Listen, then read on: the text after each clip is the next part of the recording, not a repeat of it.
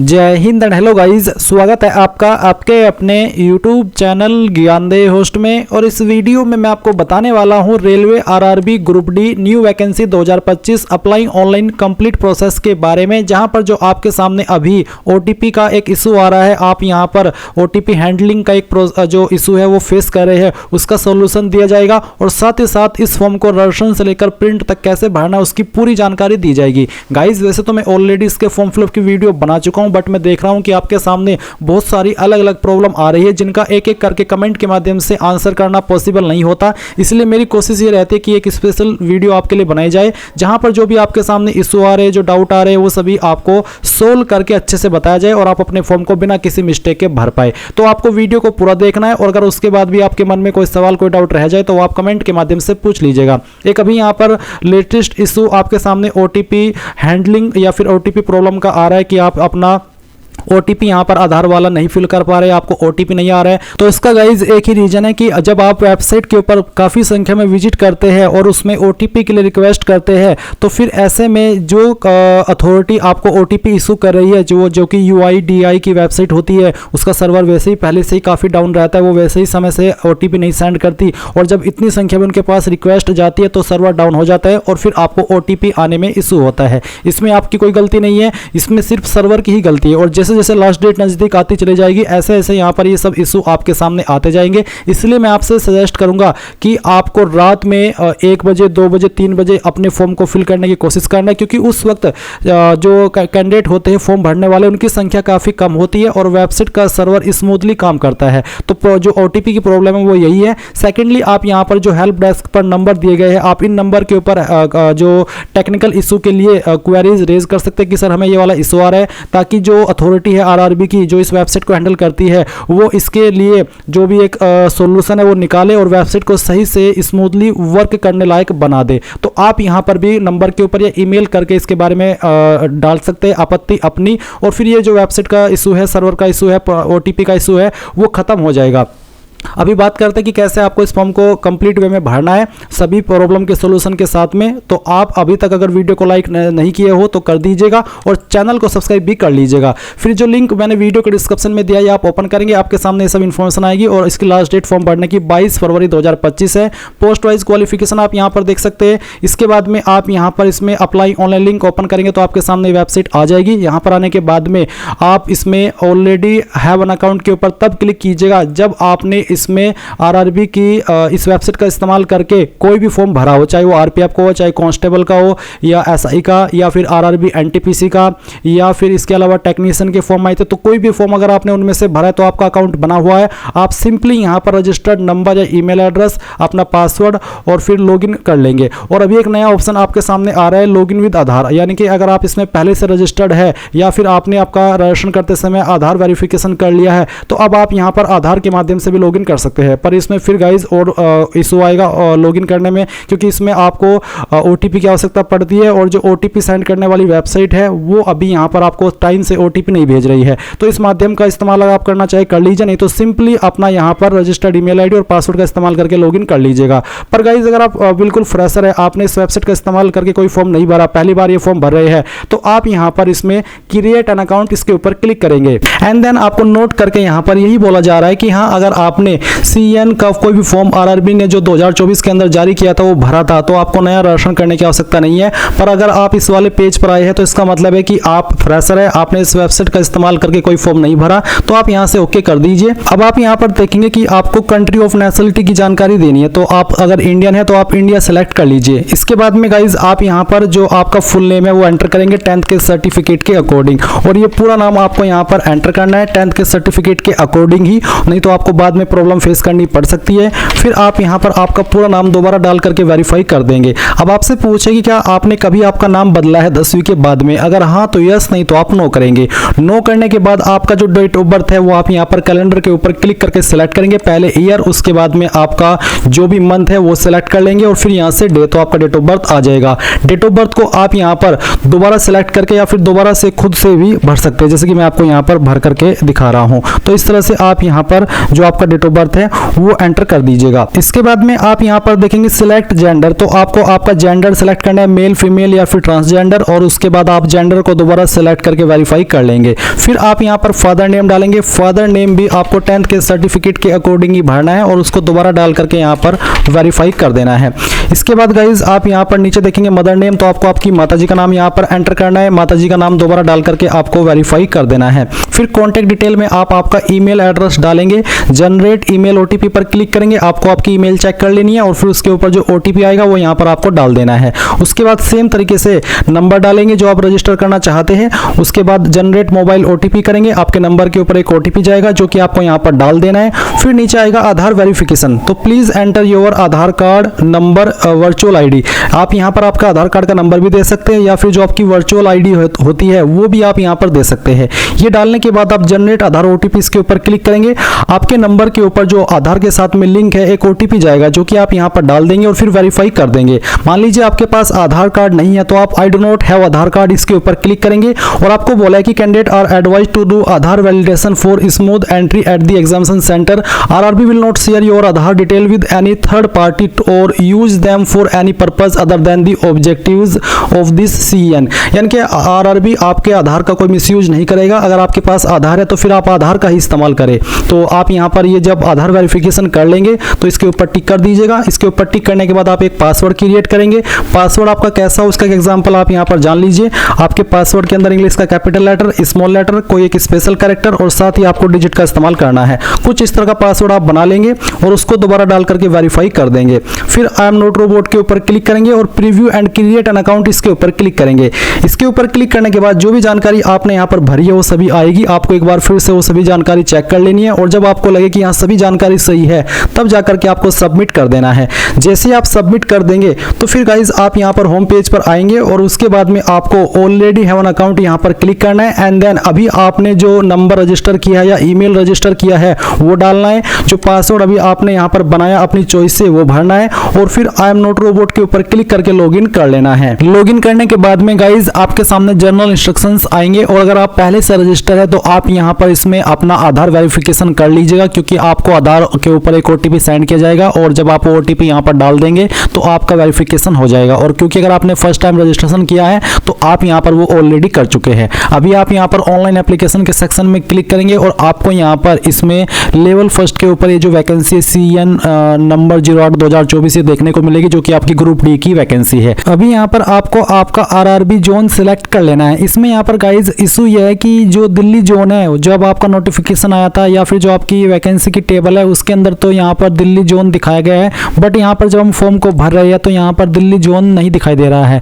इसका मतलब है कि यहाँ से दिल्ली जोन हटा लिया गया है और जो बाकी जोन है वो यहाँ पर एक्टिव है। तो इसका मतलब है कि जो दिल्ली के कैंडिडेट है वो यहाँ पर दिल्ली जोन को प्रेफरेंस नहीं दे सकते, उनको इन्हीं में से किसी जोन के लिए अप्लाई करना होगा अन्य आरआरबी के लिए जो कि यहाँ पर मेंशन किए गए हैं।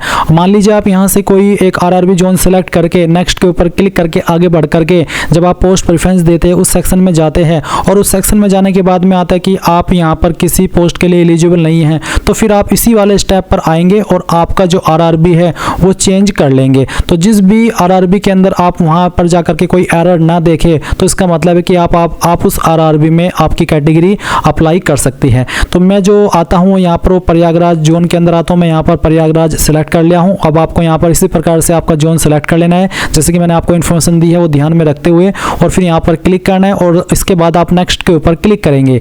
अभी आप नेक्स्ट के ऊपर क्लिक करेंगे तो जो इन्फॉर्मेशन आपने राशन के समय भरी थी वो इन्फॉर्मेशन आपको देखने को मिलेगी। ये इन्फॉर्मेशन आप चेक करने के बाद में यहाँ पर मैरिटल स्टेटस में आएंगे और जो अन्य जानकारी है वो भरेंगे। तो मैरिटल स्टेटस क्या है, अनमैरिड या मैरिड जो भी है वो आप यहाँ पर सेलेक्ट कर लीजिएगा। फिर आपका रिलीजन क्या है, जो भी है आपका रिलीजन इनमें से वो आप सेलेक्ट कर लीजिएगा। फिर पूछे कि do you wish to avail fee exemption, यानी कि जो फीस के अंदर छूट मिलती है SC/ST कैंडिडेट को, क्या आप वो लेना चाहते हैं, जो कि जब आपका टियर फर्स्ट एग्जाम हो जाएगा पूरी की पूरी रिफंड कर दी जाएगी। अगर आप यहाँ पर इसको लेना चाहते तो ऐसा कोई कैंडिडेट नहीं है जो कि पूरी फीस देना चाहेगा, वो चाहेगा कि हाँ मैं फीस तो पे करूँ बट बाद में मुझे रिफंड हो जाए, तो इसलिए आप यहाँ पर यस कर दीजिएगा। नो करेंगे तो फिर आपको वो वापस नहीं होगी। मदर टंग यानी कि मातृभाषा आपकी कौन सी है, जो भी आपकी इनमें से मातृभाषा है वही आपको यहाँ पर सेलेक्ट कर लेनी है। फिर choice of language for examination, तो एग्जामिनेशन के अंदर आप किस लैंग्वेज को अपनी चॉइस देना चाहते हैं। आप चाहते हैं कि मैं इसी लैंग्वेज के अंदर अपना पेपर दूं जब भी आपका एग्जाम हो, तो वही लैंग्वेज आप यहाँ पर सेलेक्ट करेंगे। ये लैंग्वेज आपको बहुत ही अच्छे से सावधानी पूर्वक देनी होगी, सेलेक्ट करनी होगी, क्योंकि अगर आपने यहाँ पर कोई और लैंग्वेज सेलेक्ट कर ली तो फिर आपका एग्जाम उसी लैंग्वेज में आएगा और फिर आपको इश्यू हो जाएगा। इसलिए अच्छे से सोच समझ कर यहाँ पर इसको अच्छे से आपको सेलेक्ट करना है। अब आता है permanent visible mark of identification. आपकी बॉडी के ऊपर वो निशान जिससे आपकी बॉडी की पहचान होती है। अब ये निशान आपकी बॉडी के ऊपर कहीं पर भी हो सकता है, बट ध्यान दें कि ये निशान आपकी बॉडी के ऊपर प्राइवेट जगह पर न हो, क्योंकि ये आपसे इसलिए मांगा जाता है कि कहीं आप अपनी जगह पर किसी और कैंडिडेट से एग्जाम ना दिलवा दे। तो ऐसी स्थिति में ये निशान चेक किया जाता है उसकी बॉडी के ऊपर। तो मान लीजिए आपकी बॉडी के ऊपर है और उसकी बॉडी के ऊपर नहीं है तो फिर इशू हो जाएगा। इसलिए यहाँ पर आपको ऐसा निशान देना है। अगर हाँ आपकी बॉडी के ऊपर कोई भी ऐसा परमानेंट मार्क नहीं है तो आप नो मार्क लिख दीजिएगा, पर पहले यही कोशिश कीजिए जो भी आपकी बॉडी के ऊपर ऐसा निशान है वो आप यहाँ पर लिखिए। फिर है permanent visible mark of identification 2। अगर आपकी बॉडी के ऊपर एक से ज़्यादा मार्क है ऐसे, तो आप यहाँ पर उस दूसरे मार्क के बारे में लिख दें, नहीं तो आप नो मार्क लिख दीजिएगा। अब आती है caste category, general, SC, ST, OBC या फिर EWS। तो अभी जैसे कि अगर आप OBC है तो OBC सेलेक्ट करने पर आपसे पूछे कि क्या आप क्रीमी लेयर में do you come under OBC non creamy layer. अगर नॉन क्रीमी लेयर में आप आते हैं तो आप यहाँ पर नो करेंगे। अगर आप नहीं आते हैं तो आप यहाँ पर यस कर देंगे। यस करने के बाद में आपको यहाँ पर अपनी कास्ट का नाम देना होगा जो कि आपके कास्ट कैटेगरी सर्टिफिकेट में देखने को मिल जाएगा। फिर जो कम्युनिटी सर्टिफिकेट नंबर है जो कि आपको आपके कास्ट कैटेगरी सर्टिफिकेट में मिलेगा वो आप यहाँ पर डाल देंगे। फिर कौन सी अथॉरिटी ने आपका सर्टिफिकेट जारी किया है। जो आपका सर्टिफिकेट है वो आपको उठाना है और उसमें जहां पर मोहर लगी हुई होती है वहीं पर सक्षम अधिकारी के बाद में लिखा होता है कि कौन सी पोस्ट के अधिकारी ने उसको जारी किया है। तहसीलदार, नायब तहसीलदार या फिर deputy collector, deputy commissioner, district magistrate, executive magistrate. तो आपको देख लेना है आपका सर्टिफिकेट, उसमें जिस भी पोस्ट को लिखा है वहाँ पर अधिकारी की रैंक वो आपको यहाँ पर सेलेक्ट कर लेनी है। जनरली यह सर्टिफिकेट तहसीलदार के द्वारा जारी होता है, पर फिर भी मैं आपसे यही कहूँगा कि आपको एक बार आपका सर्टिफिकेट चेक कर लेना है। उसमें जो इश्यूइंग अथॉरिटी है वही आपको यहाँ पर सेलेक्ट कर लेनी है। उसके बाद में कौन सी स्टेट के द्वारा जारी हुआ है वो स्टेट आप यहाँ पर सेलेक्ट कर लेंगे। फिर आप यहाँ पर देखेंगे कि किस डेट में आपका सर्टिफिकेट जारी हुआ है, वो डेट भी आपको यहाँ पर सेलेक्ट कर लेनी है। अगर आपकी कैटेगरी OBC न होकर के ST या फिर SC है तो फिर आपके सामने इसी तरह का इंटरफेस आएगा जहाँ पर आपको आपकी कास्ट का नाम या फिर जो आपकी कम्युनिटी है उसका नाम या फिर जो आपकी ट्राइब है उसका नाम आपको देना होगा। फिर सेम तरीके से आपको कम्युनिटी सर्टिफिकेट नंबर देना है। साथ ही साथ कौन सी अथॉरिटी ने आपका सर्टिफिकेट जारी किया है। अगर आपका तहसीलदार ने जारी किया है तो आप यहाँ पर तालुका मजिस्ट्रेट सेलेक्ट कर सकते हैं। फिर कौन सी स्टेट के द्वारा जारी हुआ है वो स्टेट आप यहाँ पर सेलेक्ट कर लेंगे। एंड देन आपको यहाँ पर आपकी community certificate date of issue यानी कि जो आपका सर्टिफिकेट है वो किस डेट में जारी हुआ है वो आपको डेट सेलेक्ट करनी है। उसके बाद में पूछेगी क्या आप जो फ्री रेल ट्रेवल पास है एग्जाम के लिए जो कि SC/ST को मिलता है, अगर आप वो लेना चाहते हैं तो आप यहाँ पर यस करेंगे, नहीं लेना चाहते हैं तो आप नो कर देंगे। लेना चाह रहे हैं तो यस करने के बाद में जो आपका नज़दीकी रेलवे स्टेशन है उसका नाम आपको यहाँ पर देना होगा और फिर जो आपका कास्ट सर्टिफिकेट है वो आपको अपलोड भी करना है। उसका फॉर्मेट PDF का रखा है और अगर ये इमेज के अंदर है तो आप गूगल के अंदर आइएगा और आपको सर्च करना है इमेज टू PDF। मैं आपको दिखा रहा हूँ, इमेज टू PDF आप सर्च करेंगे, ओपन करेंगे पहले वाली वेबसाइट और जो आपका कास्ट कैटेगरी सर्टिफिकेट है वो आपको स्कैन कर लेना है। स्कैन करने के बाद में उस इमेज को आपको यहाँ पर सेलेक्ट करना है, फिर ओपन करना है और इस तरह से आप कन्वर्ट टू PDF करेंगे तो वो फाइल आपकी PDF के अंदर कन्वर्ट हो जाएगी। एंड फिर आप यहाँ पर उसको अपलोड डॉक्यूमेंट के ऊपर क्लिक करके यहाँ पर अपलोड कर देंगे। अब इसके बाद में गाइज आप यहाँ पर देखेंगे पोस्टल एड्रेस डिटेल। तो आपका एक तरफ है प्रेजेंट एड्रेस और दूसरी तरफ है आपका परमानेंट एड्रेस। तो जो आपका प्रेजेंट एड्रेस है वो आप भरेंगे, पहले आप आपकी स्टेट सेलेक्ट कर लेंगे, फिर यहाँ से आपकी डिस्ट्रिक्ट, उसके बाद में जो आपका एड्रेस है वो आप यहाँ पर लिख देंगे। फिर जो आपकी प्रेजेंट सिटी है या फिर आपका मेन टाउन है, मेजर टाउन है वो आप यहाँ पर लिख देंगे। आपका पिन कोड क्या है वो भी आप यहाँ पर डाल देंगे। अगर आपका प्रेजेंट और परमानेंट एड्रेस सेम है, अलग अलग नहीं है, तो आप इस बॉक्स को टिक कर दीजिएगा। अगर आपका प्रेजेंट और परमानेंट एड्रेस अलग अलग है तो अनटिक करके अलग से अपना परमानेंट एड्रेस भर दीजिएगा। उसके बाद आप सेव करेंगे और फिर आप नेक्स्ट के ऊपर क्लिक कर देंगे। इसके बाद में गाइज आपके सामने यहाँ पर जो अदर डिटेल है वो आ जाएगी, जहाँ पर आपसे सबसे पहले पूछेगी कि क्या आप एक्स सर्विसमैन हैं, अगर हाँ तो यस, नहीं तो आप नो करेंगे। फिर पूछेगी कि आप विकलांग हैं, अगर आप विकलांग हैं तो आप इस वाले ऑप्शन में यस करिएगा, नहीं तो आपको नो करना है। फिर पूछेगी do you need a scribe if your writing ability is affected in accordance with provision mentioned in para number 11, यानी कि जो आप लिखने की आपकी कला है, क्या आपको कोई प्रॉब्लम है, आपको स्क्राइब चाहिए। तो अगर आप ऐसे कैंडिडेट हैं और इस अकॉर्डेंस इस प्रोविज़न के तहत और आपको इसमें बेसिकली है कि आपको हाथ में कोई इशू है शुरू से ही, तो अगर आप ऐसे कैंडिडेट हैं इसमें आप यस करिएगा। अगर आप बिल्कुल ठीक है ऊपर वाले की कृपा से तो आप इसमें नो कर दीजिएगा। नो करने के बाद में नीचे की तरफ आएंगे तो देखेंगे कि क्या आप इकोनॉमिकली बैकवर्ड क्लास से आते हैं। अगर आप आते हैं और आपके पास एबीसी सर्टिफिकेट है तो आप यस करिए, नहीं तो आपको नो करना है। फिर पूछे कि क्या आप एक एम्प्लॉय है इंडियन रेलवेज के, अगर हाँ तो यस, नहीं तो यहाँ पर भी आपको नो करना होगा।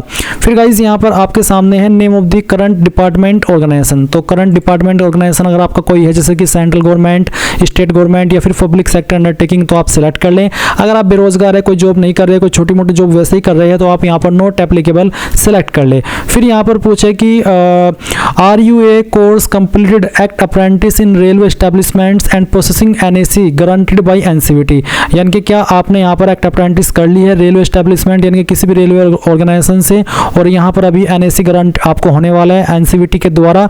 अगर हाँ तो अगर आप इसमें ऐसे कैंडिडेट है और आपको ये चीज़ होने वाली है तो आप यस करिए। अगर आपके पास नहीं है, आपने रेलवे अप्रेंटिस नहीं की है कहीं से भी रेलवे के डिपार्टमेंट से, तो आप इसमें नो कर दीजिएगा। फिर यहाँ पर आपके सामने बैंक अकाउंट की इन्फॉर्मेशन आएगी, तो आप पहले तो उस नाम को यहाँ पर एंटर करेंगे जिसके नाम पर आपका बैंक अकाउंट है। आप खुद का भी बैंक अकाउंट दे सकते हैं और अगर आप किसी अपनी फैमिली मेंबर का देना चाहे तो आप वो भी दे सकते हैं। तो बैंक अकाउंट के अंदर क्या नाम है वो नाम आप यहाँ पर लिखिएगा। उसके बाद में यहाँ पर जो अकाउंट नंबर है वो आप डाल दीजिएगा, और फिर गाइज आप यहाँ पर इसमें दोबारा उस नंबर को डाल देंगे, और डालने के बाद में नीचे आप देखेंगे refund of fee bank IFSC code. तो जो आपके बैंक का आईएफएससी कोड है वो आप डालिएगा। ये आपको आपकी पासबुक के ऊपर मिल जाएगा, आपके चेकबुक के ऊपर मिल जाएगा, या फिर आप गूगल के अंदर अपने बैंक का नाम लिखिए जैसे कि स्टेट बैंक ऑफ इंडिया, फिर वो जहाँ पर है, जैसे कि मान लीजिए सहारनपुर में है, मैं सहारनपुर से हूँ तो मैं सहारनपुर लिखूंगा, और उसके बाद मैं लिखूंगा आईएफएससी कोड। तो आप इसको ऑनलाइन भी सर्च कर सकते हैं, ये ऑनलाइन भी मिल जाता है। ऐसा नहीं है कि आपकी पासबुक या चेकबुक के ऊपर ही मिलेगा, या फिर आप अपनी ब्रांच में कॉल करके जा करके अगर आपको नहीं मिल रहा है ऑनलाइन भी, आपको डाउट हो रहा है कि ये कहीं मैं गलत तो नहीं भर दूं, तो आप इसको वहां से भी प्राप्त कर सकते हैं। जैसे ही आप आईएफएससी कोड यहाँ पर डालेंगे, कंफर्म करेंगे, तो ऑटोमेटिकली आपके बैंक का नाम और साथ ही साथ आपकी बैंक का एड्रेस यहाँ पर फैच कर ले जाएगा। फिर आप सेव करेंगे और उसके बाद में आप नेक्स्ट के ऊपर क्लिक कर देंगे। इसके बाद गाइज आपके सामने यहाँ पर क्वालिफिकेशन की जानकारी आ चुकी है। तो मैंने पहले से राशन करके रखा है, इसलिए मेरी 10वीं की इन्फॉर्मेशन यहाँ पर पहले से ही ऐड है। आप यहाँ पर शुरू से भरेंगे तो आप सबसे पहले आपकी जो क्वालिफिकेशन है उसमें मैट्रिकुलेशन सेलेक्ट कर लेंगे। फिर स्टेट बताएंगे जहाँ से आपने आपकी 10वीं की है, डिस्ट्रिक्ट बताएंगे जिस डिस्ट्रिक्ट से आपने आपकी 10वीं की है, अपने बोर्ड का नाम यहाँ पर लिख देंगे जिस बोर्ड से आपने आपकी 10वीं की है, उसके अलावा किस डेट में आपने आपकी 10वीं को पास किया है वो डेट आप यहाँ पर सेलेक्ट कर लेंगे। 10th का रोल नंबर क्या था वो रोल नंबर आप यहाँ पर एंटर करेंगे। एंड देन पूछे कि SSLC matriculation, SSLC 10th class certificate serial number, यानी कि 10वीं का जो सर्टिफिकेट का सीरियल नंबर है वो क्या है वो आप यहाँ पर डाल दीजिएगा। ये आपको आपके 10वीं के सर्टिफिकेट के ऊपर मिल जाएगा। नहीं आपको मिल रहा है, कोई डाउट आ रहा है तो आप कमेंट के माध्यम से पूछ लीजिएगा। उसके बाद आप इसको ऐड करके यहाँ पर ऐड कर देंगे। फिर गाइज आप यहाँ पर देखेंगे क्वालिफिकेशन का सेक्शन। अब अगर आपके पास आईटीआई है तो आप इसमें आईटीआई सेलेक्ट कर लेंगे। वैसे इसमें कंपलसरी रूप में अप्लाई करने के लिए सिर्फ 10वीं ही मांगी है, पर अगर आप आईटीआई रखते हैं, आपने आईटीआई की है और आप उसकी इन्फॉर्मेशन देना चाहते हैं तो आप आईटीआई सेलेक्ट कर लीजिएगा। फिर यहाँ पर एनी डिसिप्लिन सेलेक्ट कर लीजिएगा, चाहे आपका कोई सा भी ट्रेड है आप इसको सेलेक्ट कर लीजिए। फिर जिस स्टेट से आपने आपकी आईटीआई की है वो स्टेट सेलेक्ट कर ले, जिस डिस्ट्रिक्ट से की है वो डिस्ट्रिक्ट सेलेक्ट कर ले। फिर आपने कौन से इंस्टीट्यूट से किया है उस इंस्टीट्यूट का नाम भी आपको यहाँ पर एंटर कर देना है। ये एंटर करने के बाद में 21 साल के अंदर आपने आपकी आईटीआई पास कर ली है वो साल भी आपको यहाँ पर सेलेक्ट कर लेना है। उसके बाद में गाइज आप देखेंगे सर्टिफिकेट नंबर, तो जो आपके सर्टिफिकेट के ऊपर नंबर दिया गया वो नंबर यहाँ पर डाल दीजिएगा। सर्टिफिकेट किसके द्वारा इशू हुआ है, एनसीवीटी या फिर एससीवीटी, जिसके द्वारा भी हुआ है वही आप यहाँ पर सिलेक्ट कर लीजिएगा। फिर सर्टिफिकेट टाइप क्या है, नेशनल ट्रेड सर्टिफिकेट है या फिर स्टेट ट्रेड सर्टिफिकेट है, तो जो भी है वही आप यहाँ पर सिलेक्ट कर लीजिएगा। उसके बाद आप ऐड के ऊपर क्लिक करेंगे तो ये जानकारी ऐड हो जाएगी। अब अगर आपके पास एनईसी है यानी कि नेशनल अप्रेंटिसशिप सर्टिफिकेट, तो वो भी आप यहाँ पर दे सकते हैं, नहीं तो आप इन दोनों इन्फॉर्मेशन के माध्यम से भी आगे बढ़ सकते हैं। अभी मैं यहाँ पर नेक्स्ट करता हूँ।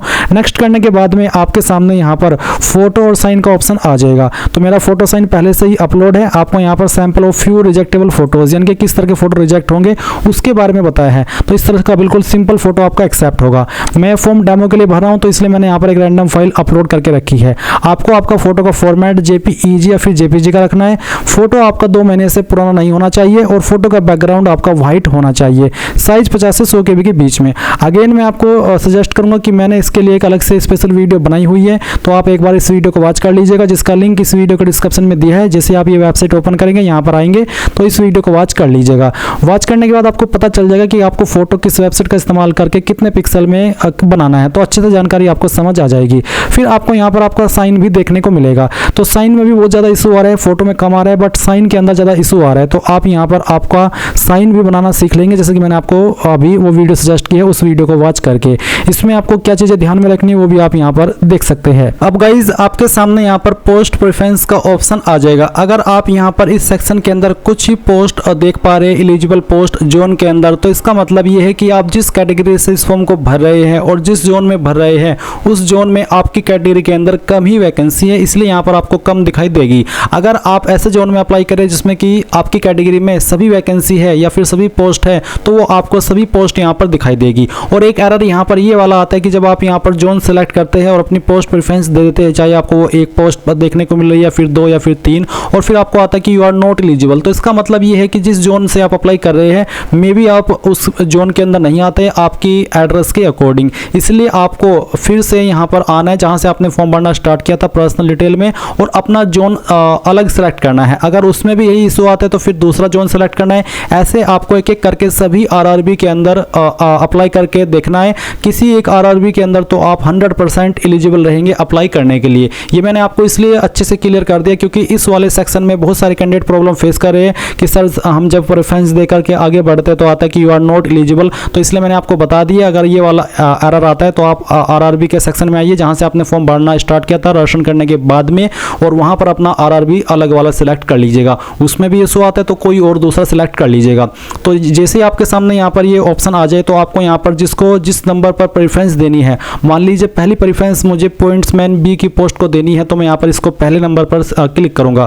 फिर मुझे अगली प्रेफरेंस इस वाले पोस्ट को देनी है जो कि है ट्रैक मेंटेनर, तो मैं इसको सेलेक्ट करूँगा। तो कहने का ये मतलब है कि जिसको आपको पहले नंबर पर रखना है उसको आपको पहले क्लिक करना है, और फिर उसके बाद में चाहते हैं कि मुझे ये वाली पोस्ट की प्रेफरेंस मिले। फिर आप चाहते हैं कि मुझे असिस्टेंट लोकोसेट डीजल की पोस्ट प्रेफरेंस मिले, तो आप इसको सेलेक्ट कर लेंगे। फिर असिस्टेंट टीआरडी, उसके बाद में असिस्टेंट टीएल एंड एसी, ये आप सेलेक्ट कर लेंगे। फिर यहाँ पर असिस्टेंट कैरेज एंड वैगन, तो आप ये सेलेक्ट कर लेंगे। तो कहने का यही मतलब है कि आपको जिस नंबर पर जिसको प्रेफरेंस देनी है वो आप सेलेक्ट कर लेंगे, और इस तरह से आपकी पोस्ट प्रेफरेंसेस आ जाएगी। फिर आप यहाँ पर टिक करेंगे। उसके बाद में आप यहाँ पर इसके ऊपर टिक करेंगे, यानी यहाँ पर आता है पैलेस, एंटर दी पैलेस, यानी कि कहाँ से आप इस फॉर्म को भर रहे हैं उस पैलेस का नाम आपको देना है। इसमें बहुत सारे कैंडिडेट क्या कर रहे हैं, अपना नाम भर दे रहे हैं, तो आपको अपना नाम नहीं भरना है, आपको यहाँ पर उस जगह का नाम भरना है या उस सिटी का नाम भरना है जहाँ से आप फॉर्म भर रहे हैं। अगर आप किसी विलेज से फॉर्म भर रहे हैं तो आपको अपने विलेज का नाम नहीं, बल्कि जो आपका सिटी लगता है, आपका जो डिस्ट्रिक्ट लगता है, वो डिस्ट्रिक्ट का नाम आपको पहले इसमें भरना होगा। और उसके बाद में गाइज आप यहाँ पर सेव कर देंगे, और फिर प्रीव्यू एप्लीकेशन के ऊपर क्लिक करके जितनी भी जानकारी आपने भरी है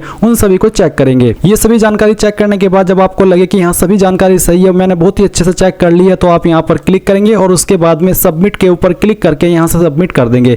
जब आपने एक बार यहाँ पर सबमिट कर दिया तो आपके सामने वाला इंटरफेस आएगा। अब मान लीजिए आपने यहाँ पर सबमिट कर दिया और आपको लगा कि यार मैंने फॉर्म के अंदर कोई गलती कर दी है, तो ऐसे में गाइज अब आप इसमें फीस को पे किए बिना अपनी जानकारी को सही नहीं कर सकते। आपको क्या करना होगा, अगर आपके फॉर्म के अंदर कोई गलती हो गई है फॉर्म सबमिट करने के बाद, तो यहाँ से अपनी आप उसी गलती के साथ में फीस पे कर दीजिए। और फीस पे करने के बाद में जब बाद में फॉर्म का टाइम चला जाएगा और आपको एडिट करने का टाइम मिलेगा, उस वक्त आकर के आप यहाँ पर उस जानकारी को एडिट कर पाएंगे, और जो एक्स्ट्रा फीस आपको पे करनी होती है वो आप पे करेंगे। ऐसा नहीं है कि आप सोचे कि चलो अभी मैंने फॉर्म सबमिट कर दिया और फीस तो मैंने पे नहीं की, चलिए मैं दूसरा रजिस्ट्रेशन कर लेता हूँ और अपने फॉर्म को नए सिरे से भर लेता हूँ। तो ऐसा नहीं होगा, आप नया रजिस्ट्रेशन नहीं कर पाएंगे, क्योंकि इसमें आधार वेरिफिकेशन भी होता है और आपकी जानकारी डिजिलॉकर से भी फैच की जाती है। इसलिए चीज़ मैंने आपको अच्छे से एक्सप्लेन कर दी है। अगर गलती हो जाती है तो फीस पे कर दीजिए, और जब एडिट का समय मिलेगा तब आपको जो एडिट का चार्ज है वो दे करके अपने फॉर्म को सही कर लेना है। अभी आप यहाँ पर पे विद SBI ई पे इसके ऊपर क्लिक करेंगे, यहाँ पर टिक करेंगे और प्रोसीड कर देंगे। अब प्रोसीड करने के बाद में आपको यहाँ पर पेमेंट के पेज पर ट्रांसफर किया जाएगा। आप आपकी application fees debit credit card, SBI corporate credit card, internet banking या फिर यूपीआई में थोड़ा इशू आता है क्योंकि यूपीआई का सर्वर थोड़ा कभी डाउन कभी सही रहता है। तो आप यहाँ पर चाहे तो यूपीआई के माध्यम से फीस जमा कर सकते हैं, क्योंकि ऑप्शन तो आपको यहाँ पर यूपीआई का दिया है। पर मैं आपको प्रेफर करूँगा कि अगर आपके पास इंटरनेट बैंकिंग अवेलेबल है तो आप इंटरनेट बैंकिंग को पहली प्रेफरेंस दें अपनी फीस का पेमेंट करने में, क्योंकि इंटरनेट बैंकिंग में बहुत ही कम इशू आता है पेमेंट करने में। और अगर आपके पास यूपीआई है तो आप यूपीआई का इस्तेमाल कर ले, और जब आप यहाँ से फीस पे कर दे, जैसे कि आप क्यूआर कोड के माध्यम से करना चाहते तो आप यहाँ पर क्यूआर कोड सेलेक्ट करके पे नाउ कर दीजिए। दीजिए। और अगर आपकी फ़ीस बैंक अकाउंट से कट हो जाए और आपकी वेबसाइट के ऊपर अपडेट ना हो तो आपको 24 से 48 घंटे का वेट करना है। इस समय के अंदर या तो वो फीस रिफंड होगी या फिर आपको अपडेट वापस इस वेबसाइट के ऊपर अपडेट कर दी जाएगी। तो इस तरह से गाइज आप यहाँ पर आपकी फ़ीस पे करेंगे। अभी यहाँ पर फ़ीस पे करने में थोड़ा इशू आ रहा है, जैसे कि मैं देख पा रहा हूँ। यहाँ पर अगर यूपीआई आईडी के माध्यम से करना चाहते तो जो आपकी यूपीआई आईडी है वो आप यहाँ पर डाल करके वैलिडेट यूपीआई आईडी कर दीजिए। इसके अलावा अगर उसमें भी इशू आता है तो आप इंटरनेट बैंकिंग का इस्तेमाल कर ले, या फिर अगर आपके पास डेबिट या क्रेडिट कार्ड नंबर है तो आप यहाँ पर कार्ड नंबर डाल दीजिए। उसके बाद में कार्ड के ऊपर क्या नाम है वो ऑटोमेटिकली जानकारी फैच कर ली जाएगी और फिर यहाँ पर आपको आपका जो सीवीसी नंबर है वो डाल देना है और पे नाउ के ऊपर क्लिक करना है। तो जैसे ही आपके यहाँ पर फीस जमा हो जाए आपका फॉर्म कंप्लीट माना जाएगा और इसी प्रकार से आप ये फॉर्म भर पाएंगे। मैं इस फॉर्म को डेमो के लिए भर रहा हूँ तो इसलिए मैं फ़ीस पे नहीं कर रहा हूँ, नहीं तो मैं अभी अपनी 100 ये जो फीस है वो पे करके आपको दिखाता। पर अगर आपको कोई इशू आ रहा है जैसे कि मैंने आपको एक्सप्लेन किया उसके बावजूद भी, तो आप कमेंट के माध्यम से पूछ लीजिएगा। And thanks for watching. जय हिंद।